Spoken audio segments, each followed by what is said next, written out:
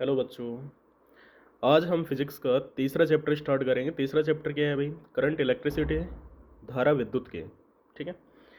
इससे पहले देखो, पहले के दो चैप्टर हमने कंप्लीट कर लिए हैं, ठीक है ना। जो दोनों चैप्टर बेटा इलेक्ट्रोस्टैटिक्स के पार्ट थे, जो कि फिजिक्स की बहुत इंपॉर्टेंट यूनिट है, ठीक है।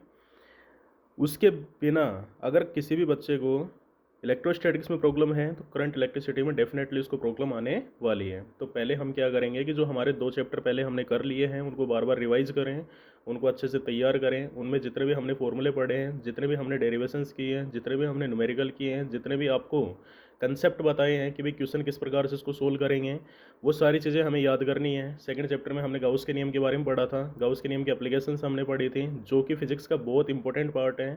और आपको पता है कि बोर्ड एग्जाम में डेफिनेटली 4 नंबर का क्वेश्चन गाउस के नियम या उसके अनुप्रयोग में से आता है, ठीक है। बेटा फर्स्ट यूनिट हमारी इलेक्ट्रोस्टैटिक्स थी, जिसमें हमने स्थिर आवेशों के बारे में अध्ययन किया था। सेकंड यूनिट या फिर अपन ये कह सकते हैं कि तीसरा चैप्टर, सेकंड यूनिट या फिर तीसरा चैप्टर है करंट इलेक्ट्रिसिटी, जिसमें हम क्या पढ़ेंगे? धारा विद्युत की। धारा विद्युत की बेसिकली होती क्या है भाई? धारा विद्युत की फिजिक्स की एक ब्रांच है, ठीक है ना। भौतिक विज्ञान की एक ऐसी शाखा है जिसके अंतर्गत हम किसके बारे में पढ़ेंगे? गतिशील आवेशों के बारे में अध्ययन करते हैं। जिसमें गतिशील आवेशों के बारे में पढ़ते हैं कि भाई धारा का जनरेशन कैसे हुआ, ठीक है ना भाई। कोई भी चालक है, किसी भी चालक में इलेक्ट्रॉन गति कैसे करते हैं, ठीक है। इलेक्ट्रॉन की गति सीधी होगी, जिगजैग होगी, कैसी गति होगी, उसको हम क्या करेंगे? इस चैप्टर में फिल करेंगे, ठीक है। एक बात और भी ध्यान में रखनी है कि भाई इस चैप्टर में धारा विद्युत के में केवल हम समान वेग से गतिशील आवेशों के बारे में ही अध्ययन करेंगे। अगर आवेश त्वरित है या असमान वेग से गतिशील है तो उसकी स्टडी हम अगली यूनिट में करेंगे, जो हमारे पास क्या है भाई? इलेक्ट्रोमैग्नेटिज्म है, ठीक है ना भाई, विद्युत चुंबकत्व है, ठीक है।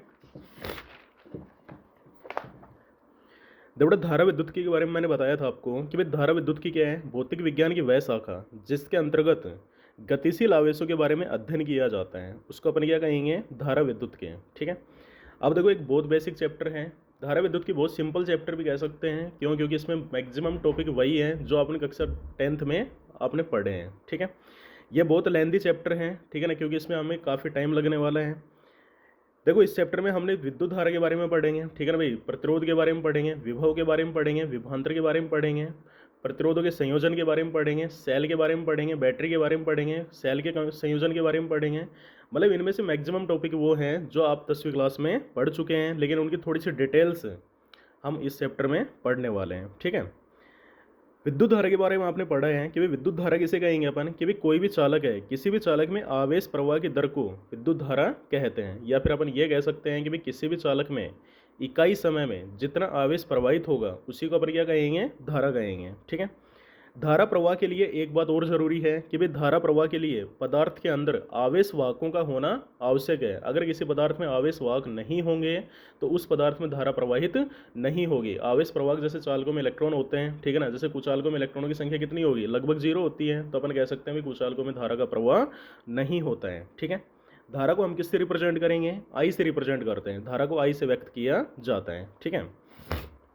हम मानते हैं कि हमारे पास कोई भी एक चालक तार है। किसी भी चालक तार में अपन मानते हैं कि भाई किसी अनुप्रस्थ काट क्षेत्रफल से डेल्टा टी समय में डेल्टा क्यू आवेश प्रवाहित होता है। अगर डेल्टा टी समय में डेल्टा क्यू आवेश प्रवाहित होता है तो धारा का फॉर्मूला क्या आ जाएगा? I equal to delta Q upon delta t, ठीक है। अगर हम धारा के औसत मान की बात करें तो औसत विद्युत धारा क्या होगी भाई? आई एवरेज बराबर delta Q upon delta t, ठीक है। यदि हम माने कि भी समय का मान कितना है? बहुत कम है। समय का मान भाई कितना है? नियर बाई जीरो है। जीरो नहीं है लेकिन नियर बाई जीरो है, मतलब टाइम टेंस टू जीरो। तो इस इक्वेशन को हम क्या करेंगे भाई? लिमिट लगा के सोल्व करेंगे। तो आई बराबर limit delta T tends to zero delta Q upon delta T. और आपको पता है जब इस इक्वेशन को सोल्व करेंगे तो आई का मान कितना आ जाएगा? D Q upon D T. और ये जो धारा है, ये धारा कौन सी धारा होगी भाई? तात्क्षणिक मान, धारा का तात्क्षणिक मान, ठीक है। एक बेसिक फॉर्मूला आपने पढ़ा है कि I equal to Q upon t, ये विद्युत धारा का फॉर्मूला है, ठीक है। अब देखो इसके मात्रक की बात करें अपन, धारा का मात्रक क्या होता है भाई? आवेश का मात्रक क्या है? कूलाम है। समय का मात्रक क्या है? सेकंड है। तो धारा का मात्रक क्या हो गया? कूलाम बट्टा सेकंड, या फिर अपन क्या कह सकते हैं? एम्पियर। और आपको पता है देखो ये हमारे पास जो मात्रक है ये बहुत इंपॉर्टेंट मात्रक है, ठीक है ना भाई। भौतिक विज्ञान में हमने 7 भौतिक राशियों के बारे में पढ़ा था, जिनमें एक विद्युत धारा थी। और विद्युत धारा का मूल मात्रक हम कक्षा 11 में पढ़ के आए हैं, क्या है? एम्पियर है। तो अपन कह सकते हैं ये बहुत इंपॉर्टेंट मात्रक है, ठीक है। ये इंपॉर्टेंट भौतिक राशि है विद्युत धारा। अगर हम इसकी विमा लिखें तो इसकी विमा क्या होगी भाई? A1, ठीक है। बेटा देखो बेसिकली क्या होता है कि विद्युत धारा कैसी राशि है, अदिश राशि है, ठीक है ना भाई। धारा की हम डायरेक्शन भी बता सकते हैं, ठीक है ना भाई। धारा का परिमाण भी होता है, लेकिन फिर भी विद्युत धारा सदिश राशि नहीं होती। विद्युत धारा कैसी राशि है, अदिश राशि है। अदिश राशि क्यों है, क्योंकि यह सदिशों के संयोजन के नियमों की पालना नहीं करती है, ठीक है ना भाई। सदिशों के संयोजन के नियम हमने पढ़े थे, ठीक है ना भाई, 11वीं क्लास में। बेटा सदिशों के संयोजन के देखो त्रिभुज नियम हमने पढ़ा था, समांतर त्रिभुज नियम हमने पढ़ा था। तो विद्युत धारा बेटा त्रिभुज नियम और समांतर त्रिभुज नियम की पालना नहीं करती है, ठीक है ना। वो कैसे होगा, देखो एक बार। जैसे अपन मानते हैं कि भाई ये हमारे पास क्या है भाई, कोई भी एक चालक तार है। अपन मानते हैं इस चालक तार में करंट कितनी है, 2 एम्पियर की करंट है, ठीक है ना। अपन मानते हैं ये हमारे पास क्या है भाई, दूसरा चालक तार है। इस चालक तार में करंट कितनी है भाई, 3 एम्पियर की करंट है। और इन दोनों के बीच का एंगल कितना है, 60 डिग्री है, ठीक है ना भाई। दोनों के बीच का कोण कितना है, 60 डिग्री है, ठीक है। तो इन दोनों के संयोजन से जो परिणामी मान आएगा, परिणामी मान कितना आएगा यहाँ पर, 5 एम्पियर आएगा, ठीक है ना भाई। कितना आएगा, 5 एम्पियर। मतलब धारा का मान उनके बीच के एंगल पे डिपेंड नहीं करता है। लेकिन अगर ये सदिश राशि होती तो हम इसका परिणामी कैसे निकालते हैं। आपने एक फॉर्मूला पढ़ा था कि भाई सदिशों के संयोजन में परिणामी R इक्वल टू क्या होता है भाई, P square plus Q square plus 2PQ cos theta का अंडर रूट, ठीक है ना। मतलब यहाँ पर क्या करते हैं अपन, 3 का स्क्वायर प्लस 2 का square plus 2 into 3 into 2 into cos 60 degree, ठीक है। लेकिन आपको पता है भी धारा कैसी राशि है, अदिश राशि है, जो बहुत इंपॉर्टेंट टॉपिक है, ठीक है ना। और इस फॉर्मूले की सहायता से इसका अपन परिणामी ज्ञात नहीं कर सकते। अब देखो भाई धारा के बारे में कुछ इंपॉर्टेंट पॉइंट हम पढ़ेंगे, ठीक है ना भाई। धारा की जो डायरेक्शन होती है, ठीक है ना भाई, धारा हमेशा बेटा बैटरी के उच्च विभव से निम्न विभव की ओर प्रवाहित होती है, ठीक है। अगर हम बैटरी की बात करें, जैसे अपन मानते हैं भाई ये हमारे पास कोई भी एक V वोल्ट की बैटरी है, ठीक है ना। ये इसका पॉजिटिव टर्मिनल है, ये इसका नेगेटिव टर्मिनल है। तो आपको पता है देखो पॉजिटिव टर्मिनल से पॉजिटिव चार्ज बाहर निकलेगा, नेगेटिव टर्मिनल से नेगेटिव चार्ज बाहर निकलेगा। और करंट की डायरेक्शन हमेशा हाई वोल्टेज से लो वोल्टेज की ओर। तो अपन इनडायरेक्टली कह सकते हैं कि धारा धनावेशों की गति की दिशा में प्रवाहित होती है और ऋणावेश की गति की विपरीत दिशा में प्रवाहित होती है, ठीक है। आवेश प्रवाह के लिए विभवांतर का होना आवश्यक है, ठीक है ना भाई। अगर विभवांतर का मान 0 रहेगा तो उस केस में आवेश का प्रवाह नहीं होगा, ठीक है। विद्युत धारा बेटा 2 प्रकार की होती है, कौन कौन सी है, प्रत्यावर्ती धारा और दिष्ट धारा। प्रत्यावर्ती धारा को अपन क्या बोलेंगे, AC है। दिष्ट धारा को अपन क्या कहते हैं, DC है। हमारे घरों में जो लाइट है, ठीक है ना भाई, घरों में जो करंट है वो कौन सी है, AC करंट है, ठीक है। अगर इन दोनों में ज़्यादा हानिकारक की बात करें तो AC और DC में ज़्यादा हानिकारक कौन सी है, प्रत्यावर्ती धारा ज़्यादा हानिकारक होती है, DC धारा कम हानिकारक है। देखो भाई हानिकारक दोनों हैं, लेकिन ज़्यादा डेंजर कौन सी है, प्रत्यावर्ती धारा है, ठीक है।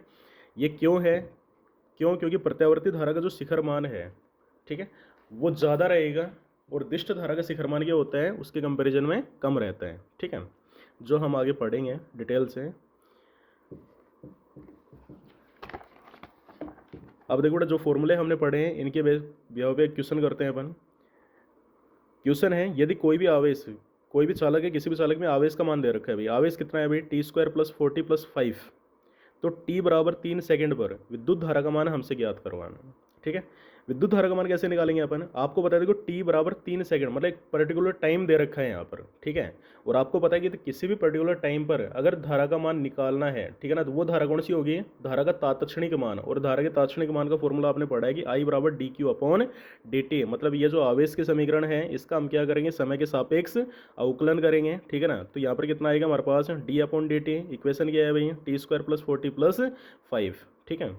मैंने बताया था कि भी किसी भी समीकरण में यदि 2 या 2 से अधिक पद हों और सभी पदों के बीच में प्लस या माइनस का चिन्ह हो तो उसको सोल्व कैसे करेंगे अपन, उसका अवकलन कैसे करेंगे। पहला काम क्या करेंगे, जितने भी पद हैं बेटा सभी पदों का अलग अलग हम क्या करेंगे, अवकलन करेंगे। अब देखो भाई घात वाला पद है, घात वाले पदों का अवकलन कैसे होगा भाई, घात सामने आ जाएगी और एक घात कम हो जाएगी। मतलब T² का अवकलन क्या है, 2t है। 40 का अवकलन क्या हो गया, 4, क्योंकि 4 कांस्टेंट बाहर आ गया, dt/dt ये कैंसिल आउट हो गए।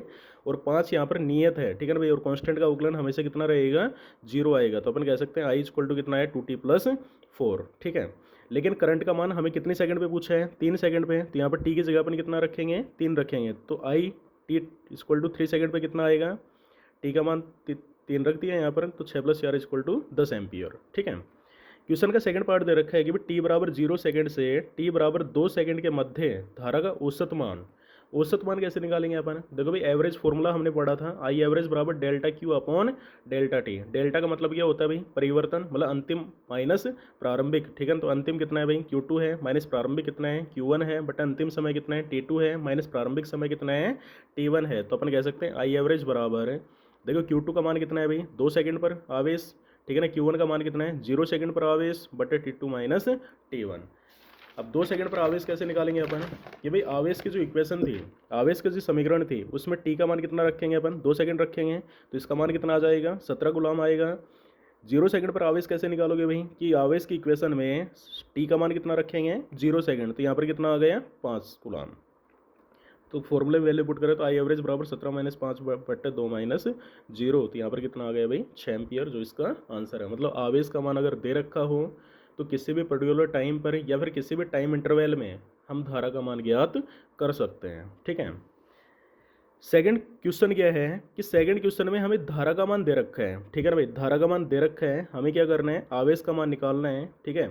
एक टाइम इंटरवल दे रखा है उनके बीच में, यदि किसी भी चालक में धारा I बराबर T² + 1 के अनुसार प्रवाहित होती है तो T बराबर 0 सेकंड से T बराबर 3 सेकंड के मध्य आवेश का मान ज्ञात कीजिए। तो कैसे करेंगे अपन? देखो भाई गिवन क्या है? I = T² + 1 है। I का फॉर्मूला आपने क्या पढ़ा है? dq/dt।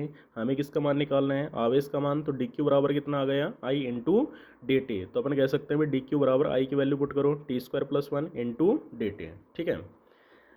बेटा ये किसका चिन्ह है? यहाँ पर अवकलन का चिन्ह है, ठीक है ना भाई। ये किसका चिन्ह है? अवकलन का चिन्ह है। अवकलन का चिन्ह हटाने के लिए हम क्या करेंगे? इसका समाकलन करेंगे। हमने इसका समाकलन किया तो इंटीग्रेशन ऑफ डी क्यू बराबर कितना है भाई? Integration T² + 1 × dt। लेकिन आपको पता है देखो टाइम का फंक्शन है, लिमिट किसकी दे रखी है भाई?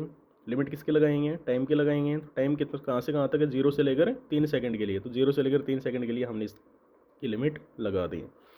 यहाँ पर अगर इसका अपन इंटीग्रेशन करेंगे तो इसका इंटीग्रेशन कितना आ जाएगा? क्यू आ जाएगा। दो पद हैं, दोनों पदों का अलग अलग इंटीग्रेशन करेंगे, अलग अलग इसमें लिमिट पुट करेंगे। तो आपको पता है देखो घात वाले पदों का समाकलन क्या होता है? एक घात बढ़ा देंगे नीचे कुल घात, तो T² का समाकलन क्या हो गया भाई? T की पावर 3/3, और लिमिट कहाँ से कहाँ तक? 0 से लेकर 3 तक, प्लस बटा 1 का टी के रेस्पेक्ट में समाकलन कितना आएगा? टी आएगा, और लिमिट कहाँ से कहाँ तक भाई? 0 से लेकर 3 तक। बटा लिमिट पुट कैसे करते हैं अपन? Upper limit minus lower limit, मतलब पहले टी की जगह 3 रखेंगे, फिर टी की जगह 0 रखेंगे। तो क्यू बराबर कितना आ गया? 1/3 हमने बाहर ले लिया, तो 3 का स्क्वायर माइनस 0 का स्क्वायर, अपर limit minus lower limit, plus ऐसे कैसे? यहाँ पर भी देखो अपर लिमिट माइनस लोअर लिमिट, तो 3 माइनस 0, तो इसको सोल्व करोगे तो इसका मान कितना आ जाएगा भाई? 12 कूलाम, ठीक है।